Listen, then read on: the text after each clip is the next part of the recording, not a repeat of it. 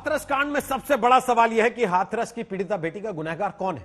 पीड़िता का बयान है, पीड़िता का परिवार भी कह रहा है कि किसने मारा, लेकिन जिन पर आरोप है उनके घर वाले कह रहे हैं कि बेकसूर हैं। यक्ष प्रश्न ये कि हाथरस की पीड़िता को मारा किसने।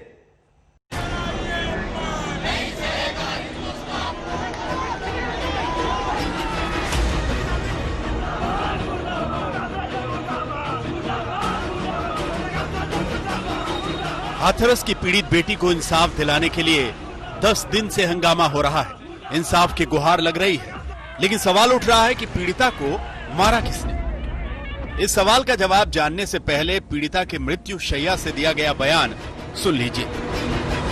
उस दिन जिस दिन आपकी चोट लगी है उस दिन रेप हुआ है। अच्छा, दोनों ने किया था, कोई और भी था? वो दोनों थे और बाकी सब भाग गए थे। अच्छा, बाकी सब भाग गए थे। मम्मी को देखते ही। जब मम्मी को देख के भाग गए थे। हाथरस की इस बेटी की सांसें थम गई, लेकिन उसकी थमी हुई सांसों पर राजनीति शुरू हुई। इंसाफ के लिए ललकार भी उठी, फिर भी ये सवाल जस का तस खड़ा है कि पीड़िता को मारा किसने। सबूत शुरुआत में कुछ और कह रहे थे और अभी तमाम ऐसी बातें निकल के आ रही हैं जिससे इसकी गहराई से जांच की जानी जरूरी है और इसीलिए शायद एसआईटी की टीम का वक्त बढ़ाया गया। सीबीआई जो जांच हो रही है वो दूसरे एंगल से भी जांच करेगी। पीड़ित पक्ष का अलग अपना कहना है कि उसके साथ अन्याय हो रहा है, उसको न्याय नहीं मिल रहा है और उनको डर लग रहा है, गाँव में रहने में भी डर लग रहा है। और दूसरी तरफ आरोपी पक्ष है, उनका भी साफ तौर पर कहना है कि उनके पास हर एक चीज का सबूत है, अगर इसकी जांच होगी तो सच्चाई सामने आएगी। तो पहले शुरुआत करते हैं पीड़िता के परिवार से। हाथरस के अपने गांव में पीड़िता के परिवार के पास संपत्ति के नाम पर एक घर है और रोजी रोटी के लिए भैंस पालन। वो परिवार पहले दिन से चीख चीख कर कह रहा है कि उसकी बेटी को किसने मारा। उसे पकड़ के खींचते हुए बाजरे के खेत में ले गए, 20 से 30 फीट अंदर ले गए होंगे। तो ये आरोपी जो थे वो उसी का दुपट्टा लेके बेटी का गला दबा के खींचते हुए ले गए। कपड़े नहीं, लड़की के मुंह से खून निकल रहा, जीभ कटी हुई थी। पीड़िता के बयान पर उसके परिवार वालों की तरफ से 4 लड़कों को आरोपी बनाया गया, लेकिन उन्होंने जेल से ही चिट्ठी लिखी है कि वो बेगुनाह हैं। उन्होंने पीड़िता को नहीं मारा। तो सवाल है कि हाथरस की बेटी को किसने मारा। उन्होंने अपना पक्ष रखा है, अभी जांच एजेंसियां देखेंगी उसको कि कोई बात तो रखी होगी कि हम निर्दोष हैं या कसूरवार हैं। हमारा देखिए, हमारा दायित्व ये है कि कोई बंदी हमको कोई प्रार्थना पत्र या कोई एप्लीकेशन देता है किसी संस्था के लिए तो हम उसको अग्रसारित कर देते हैं। हाथरस मामले में 4 आरोपी अलीगढ़ जेल में बंद हैं। उन्होंने एक पत्र हाथरस पुलिस अधीक्षक को भेजा है जिसमें उन्होंने अपनी बातें लिखी हैं। उस चिट्ठी में क्या क्या पॉइंट उठाए गए हैं उसकी छानबीन हम आगे करेंगे, लेकिन पहले ये जान लीजिए कि पीड़िता को किसने मारा। इस सवाल को हमने पीड़िता के घर वालों से पूछा तो आरोपियों के घर वालों से भी ये सवाल किया गया कि अगर उनके बच्चे निर्दोष हैं तो पीड़िता को किसने मारा। इसका जवाब एक एक कर सभी आरोपियों के माओं से सुनिए। आरोपियों में एक लवकुश की मां है जो कहती है कि उनका बेटा घटना स्थल पर गया था, लेकिन पीड़िता की मदद करने, उसे पानी पिलाने। तो फिर उसे मारा किसने? लवकुश मेरे पास था। आप लोग क्यों नहीं समझ रहे हो? मेरे पास लवकुश, मैं और मेरा लवकुश बेटा चारा काट रहे थे अपने खेत में। जिस वक्त पे हमने तो जब सुना है सब लोग भागे हैं, वहाँ पे हम पहुंचे अपने बेटे को लेकर। मैंने अपने बेटे से बोला है, बेटा जब तुम से आ रही है पानी के लिए तो मैंने तू किसी से पानी लिया। मेरा बेटा सड़क पे गया है, वहाँ से पॉलिथीन लिया, उसने बरा से पानी लेके उसकी माँ के हाथ में दिया है, भाभी लो इसे पानी पिला दो बेटी को। वहाँ से भाई उसका पकड़ के ले आया, हाथ पकड़ के सड़क पे बाइक पे बैठा के उसकी माँ उसका भाई थाने ले गया है। मेरा बेटा निर्दोष है, इन पे गलत इल्जाम लगाया जा रहा है। उसके भाई ने, उसकी माँ ने ही करा है जो कुछ करा है। अब एक दूसरे आरोपी रामू की मां को सुनिए, जिसका कहना है कि उनका बेटा यहाँ था ही नहीं। अगर 4 आरोपियों में रामू भी वहाँ नहीं था तो पीड़िता को किसने मारा? संदीप के बारे में तो हम कुछ ना जानते कि मिलवे गयो है या ना गयो, कोई बात होती या ना होती, क्यों कि हमें ना हमने देखो और न हमें पता हो। चिल्लर पे हो रामू मारो, 7 बजे गयो, 12 बजे घर आए हो। रामू चिलर पर गए थे, डेयरी जो है वहाँ पर काम करते और रोजाना करते हो तो ऐसे 8-9 महीना है गए भाई तो करते और 7 बजे जाते 12 बजे घर आते और फिर शाम को जाते और कोई ना बरको तो वही पेट पालन कर रहा है, वो माँ देख ले जाएगा। अब तीसरे आरोपी रवि की मां को सुन लीजिए, जिसका कहना है कि उनका बेटा भी उस वक्त घटना स्थल पर नहीं था। फिर वही यक्ष प्रश्न कि पीड़िता को किसने मारा। पानी प्यारो मेरा बेटा, और जो तब पीछे थे जी बात है 14 तारीख की, और जो बालक लिखाए हमारे 22 तारीख को, और जो 3 नाम बढ़ाए और 19 बढ़ाए जो दलील को कहते आएंगे तेने हमने जो आरोप लगाया बालक ने झूठो साची।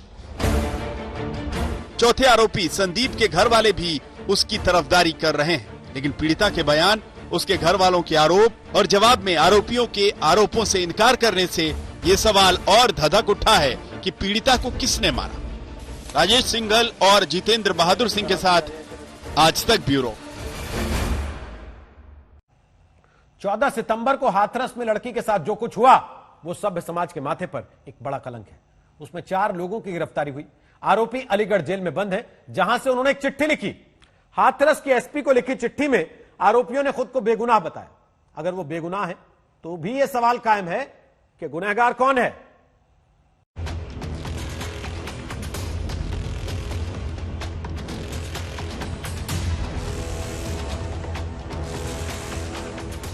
चारों आरोपी अलीगढ़ के जिला जेल में बंद हैं।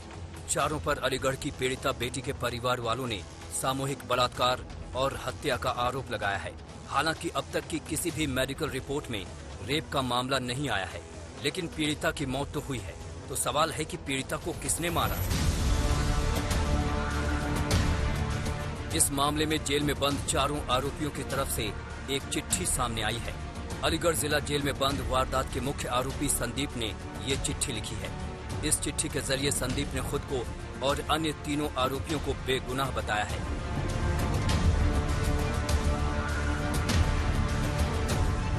ये चिट्ठी बुधवार को भेजी गई।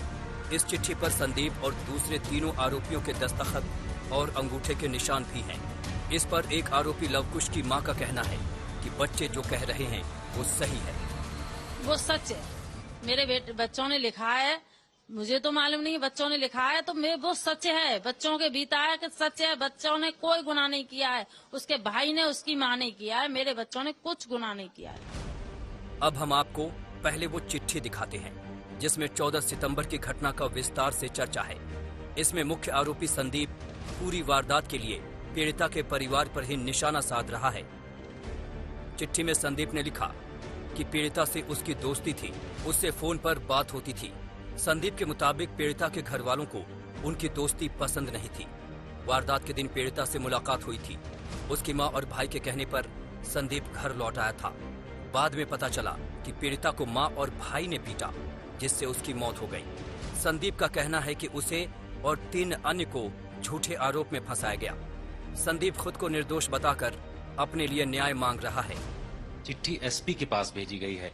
इस चिट्ठी में साफ तौर पर यह लिखा गया है कि जो आरोपी हैं उनकी तरफ से ये कहा जा रहा है कि उन्होंने किसी भी तरीके से कोई भी गुनाह नहीं किया है, और ये भी कहा जा रहा है कि वो लोग निर्दोष हैं। उनकी तरफ से ये भी कहा जा रहा है कि जो पीड़िता है उसकी मां और भाई की तरफ से पूरी घटना को अंजाम दिया गया। 2 दिन पहले ही पीड़िता के भाई और संदीप की कॉल डिटेल आई थी, जिसके मुताबिक दोनों की मोबाइल पर बात होती थी। अपनी चिट्ठी में संदीप ने कहा कि वो पीड़िता से ही बात करता था। पहले तो पीड़िता का परिवार फोन वाली बात को सिरे से खारिज कर रहा था, लेकिन अब उसके पिता इसके पीछे भयंकर साजिश देख रहे हैं। तो उन्होंने कोई साजिश रची होगी, या तो कोई साजिश रची होगी। आपको साजिश? हाँ, या है सकता कुछ हो। अब ये तो हमें नहीं मालूम कि हमारे फोन पे क्या कहते बातचीत वही नहीं आना। अब ये तो एक साजिश रची जा रही है कि क्या कहते ये फोन नंबर से बात में। तो चलो ठीक है, तुम फोन करो, तो कौन से मकसद से करो फोन है? अगर वो ठाकुर लोग हैं, हम जात के वाल्मीकि हैं, तो कम से कम उन्हें फोन करो, तो कौन से मकसद से फोन करो।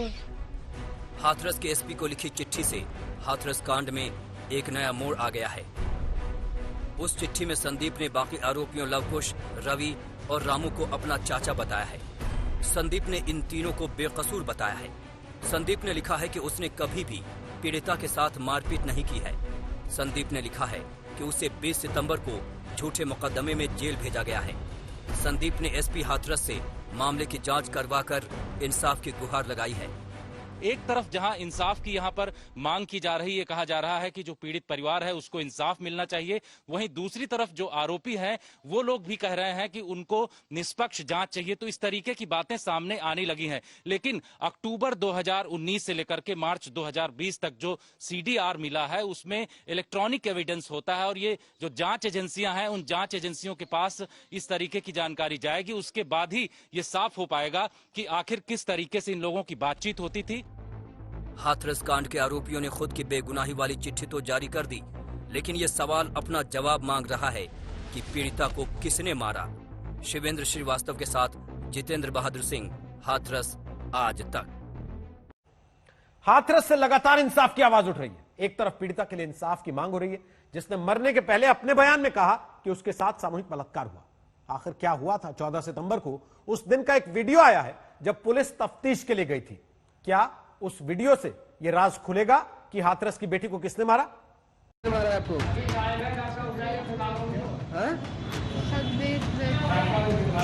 किसने? और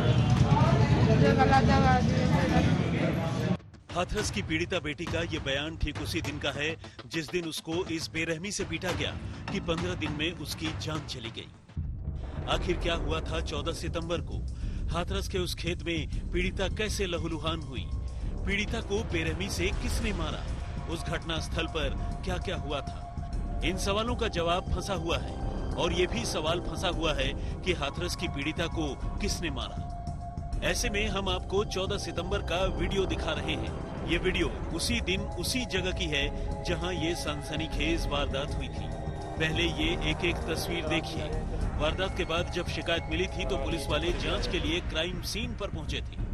जिस वक्त हाथरस पुलिस मौके पर पहुंची थी उस वक्त क्राइम सीन का क्या हाल था, ये वीडियो उसी की गवाही दे रहा है। वहां पर 4-4 हंसिया पड़े थे, कपड़े में काटी गई घास पड़ी है, एक चप्पल भी पड़ी हुई है।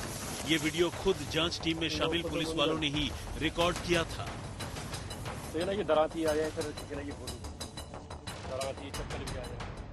हाथरस की घटना में घटना वाले दिन का एक वीडियो साफ तौर पर इशारा करता है कि उस वक्त वहां पर कम से कम 4 लोग ऐसे मौजूद थे जो चाहते तो उस घटना के लिए लड़ सकते थे, लेकिन ऐसा क्यों नहीं हुआ। और वहां पर मिले सबूत तमाम ऐसे अहम हैं जिनके आधार पर अगर जांच बढ़ाई जाए तो कई ऐसे सवालों का जवाब मिलना मुश्किल होगा जो इस पूरे मामले पर रोशनी डाल सके। ऐसे में जरूरत इस बात की है कि गहनता से जांच पड़ताल ही नहीं बल्कि पूछताछ भी की जाए, जिससे पूरी सच्चाई सामने आ सके। घटनास्थल पर 4-4 हंसिया पड़े हुए हैं। इसका मतलब ये हुआ कि वहां कम से कम 4 लोग घास काट रहे होंगे। तो सवाल ये है कि पीड़िता और उसकी मां के अलावा बाकी 2 लोग कौन थे? सबसे बड़ी बात यह है कि पीड़िता और पीड़िता की मां के बीच 9 कदम की दूरी थी, यानी सिर्फ 3 मीटर की। पुलिस अधिकारी ने खुद चलकर इस दूरी को अपने कदमों से नापा था। 9 कदम अंदर। तो सवाल ये है कि सिर्फ 9 कदम की दूरी पर पीड़िता पर हमले की चीख उसकी मां के कानों तक क्यों नहीं पहुंची? आखिर 14 सितंबर की सुबह पीड़िता के साथ हुआ क्या था? उसको मारा किसने? मेरी लड़की जो लोहर के घास भर रही भरा में घास भर रही, मेरी बेटा तू रख ले घास जाको। सब पीछे थे आए दुपट्टा की चुन्नी गले तक खींच कस के बाजरा में खींच ले गए। क्या मेरी लड़की बुरा हाल किया मेरी लड़की का। जब आपने देखा उनको बेसुध थी, बेहोश थी? बेहोश, बिल्कुल उसे कुछ होश नहीं था। पीड़िता के परिवार में कुल 8 लोग थे। पीड़िता के माता पिता, बड़ा भाई और भाभी, एक और बड़ा भाई और 2 बहनें। इनमें से दोनों बहनों की शादी हो चुकी है और एक भाई दिल्ली के पास कहीं काम करता है।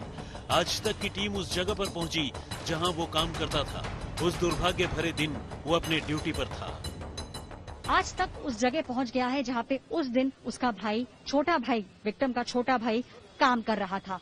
हमने रजिस्टर देखा है, हमने अंदर लोगों से बात करी है। लोगों का इस समय यहाँ पे यही कहना है कि उस दिन सुबह से शाम तक वो छोटा भाई यहाँ पे काम कर रहा था। वो शाम को यहाँ से गया था जब उसकी फैमिली में से एक बहुत डिस्ट्रेस्ड फोन कॉल आया था, जहाँ पे उन्होंने कहा था कि उसकी बहन के साथ कुछ हो गया है। चारों तरफ से घूमकर बात उसी पॉइंट पर आ जाती है कि हर कोई निर्दोष ही है, तो फिर पीड़िता को मारा किसने?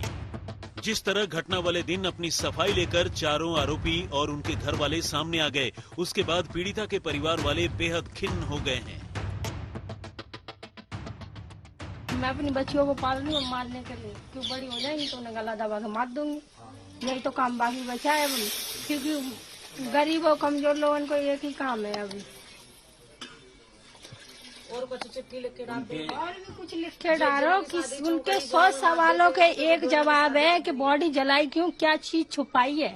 ठाकुर लोग ही रहेंगे, हम लोगों इनसे मंत्री जी से सब लोगों से बोल दो कि हम लोगों को ना एक जहर ला के दे दो, तो पूरे परिवार को मैं खाना में मिला के खवा दूं और सो जाएं सब चैन की नींद। इससे ज्यादा मैं कुछ नहीं कह सकती। एसआईटी की जांच 16 अक्टूबर तक के लिए बढ़ चुकी है। इस बीच उनके सामने सबसे बड़ी चुनौती 14 सितंबर का सच बेनकाब करना है। इसके लिए उसने गांव के 40 लोगों को नोटिस देकर पूछताछ के लिए बुलाया है। उस वक्त वहाँ पर ऐसा क्या हुआ था कि जिसको परिवार वाला वहाँ मौजूद रहने के बावजूद भी नहीं रोक सका, इन सब बातों के जवाब तलाशने हैं। इसीलिए एसआईटी की टीम ने यहाँ पर कैंप किया हुआ है और एक एक करके सबको बुलाया जा रहा है, जिसमें पीड़ित परिवार के भी लोग हैं। 40 लोगों को जो नोटिस दिया गया है वो लोग हैं जो कहीं न कहीं जुड़े हुए हैं और उनसे पूछताछ के बाद शायद इस पर कुछ ज्यादा रोशनी पड़ सके। एसआईटी के पास अब 8 दिन का समय है, तो क्या ये मानकर चला जाए कि 8 दिन बाद इस सवाल का जवाब देश को मिल जाएगा कि हाथरस की पीड़िता बेटी को किसने मारा?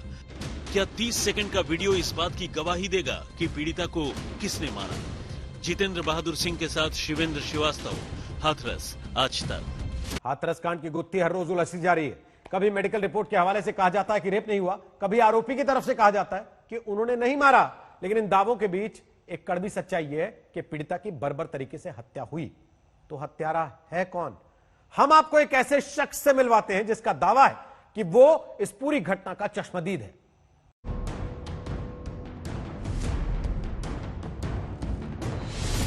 चौदह सितंबर को इस वीडियो को देखने के बाद भी ये सवाल जस का तस खड़ा है कि हाथरस की पीड़िता बेटी को किसने मारा।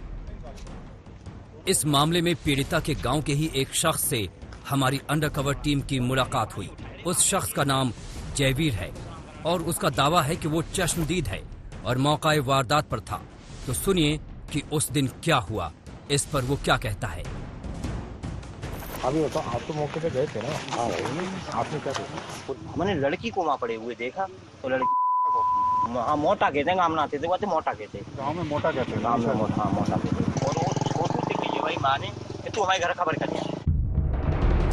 हमने आपको दिखाया कि कैसे एक आरोपी लवकुश की मां कह रही है कि उसका बेटा तो पीड़िता को पानी पिलाने गया था और नाहक उसे फंसा दिया। सब लोग भागे, वहाँ पे हम पहुँचे अपने बेटे को लेकर। मैंने अपने बेटे से बोला है, बेटा जब तुम से आ रही है पानी के लिए तो मैंने तू किसी से पानी लिया। मेरा बेटा सड़क पे गया है, वहाँ से पहुँचने लिया, उसने बरा से पानी लेके उसकी माँ के हाथ में दिया है, भाभी लो इसे पानी पिला दो बेटी को। आइए अब आप जयवीर से सुनिए कि इस मामले में लवकुश की मां के दावे को वो कितना सही और कितना गलत मानता है। छोटू कौन? वो खेत वाला लड़का है। अच्छा, तो छोटू साइकिल लेके माने छोटू से कहा कि मेरे घर खबर करो, आपके सामने बोला? हाँ। तो आपने तो उठाया नहीं, उसकी मदद नहीं की? उसको मदद पानी लाया हुआ वो, और लाए रे पानी उठाए रे, माँ बैठी है। कौन? वो लवकुश नाम का लड़का है, वो पानी लाया हुआ भर के मेरे सामने। तो जेल में है? जेल में वो पानी लेके आया पन्नी में। वही माने की बेटा जिप तड़प रही है, पानी लेके आया। किसकी माँ ने बोला? नहीं, बाकी लवकुश की वो बराबर पे चारों काट रही है। लवकुश की माँ? लवकुश की माँ और लवकुश वो खिंच के गया, पानी लाया तो बात। अगर जयवीर वाकई चश्मदीद है और वो सच बोल रहा है तो इसका बयान जांच एजेंसियों के लिए अहम है।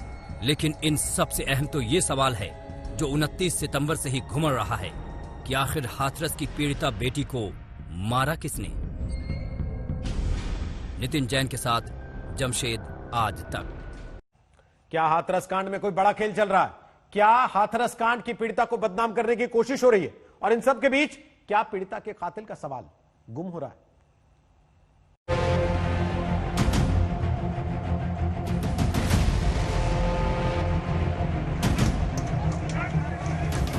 सबने कहा इंसाफ चाहिए, हाथरस की बेटी के लिए इंसाफ चाहिए। पर आपने ये स्थिति बना दी कि एक पिता अपनी बेटी की चिता नहीं जला पाए। सरकार की नीयत जो है वो न्याय देने की नहीं है। यानी एक गरीब की लाश पर राजनीति करने वाले इन चेहरों को पहचानिए तो। और सबसे बड़ा इंसाफ यही है कि पीड़िता के कातिलों को कड़ी से कड़ी सजा मिले। लेकिन उससे पहले इस सवाल का जवाब मिलना जरूरी है कि हाथरस की पीड़िता को किसने मारा। अब जबकि आरोपियों का पक्ष भी सामने आने लगा है, उनके परिवार भी उनकी बेगुनाही की दलीलें देने लगे हैं। उनके लिए पंचायतें भी हो चुकी हैं और मुख्य आरोपी संदीप ने जेल से चिट्ठी लिख दी है कि पीड़िता को उसके भाई और मां ने मारा। तो सवाल है कि सच क्या है और झूठ क्या है। इस पर पीड़िता के परिवार के बचाव में प्रियंका गांधी पूरी तरह से उतर आई हैं। हाथरस की पीड़िता पर प्रियंका गांधी ने कहा है कि वो न्याय के लायक है, बदनामी के नहीं। ऐसी कहानियों को गढ़ना जो महिलाओं के चरित्र को नीचा दिखाए और उसके खिलाफ होने वाले अपराधों के लिए उसे जिम्मेदार ठहराए, वो विद्रोही और पीछे जाने वाला है। हाथरस में एक जघन्य अपराध किया गया है जिसमें एक 20 वर्षीय महिला की मौत हो गई। उसका शरीर उसके परिवार की मौजूदगी के बिना ही जला दिया गया। वो न्याय के लायक है, बदनामी के लायक नहीं। तभी तो पीड़िता का परिवार तंग आकर कहने लगा है कि उसे ही सजा दे दी जाए। वो एक भाई है और उसे भाई को भी बोलो सरकार से कि भाई को भी फांसी दे दो, उसकी भाभी को भी फांसी दे दो, माँ बाप को भी दे दो, ताकि सारे सबूत मिट जाएं। इस घर से, इस परिवार से कोई नाम ना रहे। मुख्यमंत्री योगी आदित्यनाथ ने पहले ही कह दिया है कि दोषियों का समूल नाश होगा। बस इंतजार है तो उन दोषियों का जिन्होंने पीड़िता को मारा। सवाल तो ये है कि हाथरस की पीड़िता को किसने मारा। हाथरस में जितेंद्र बहादुर सिंह के साथ आज तक ब्यूरो।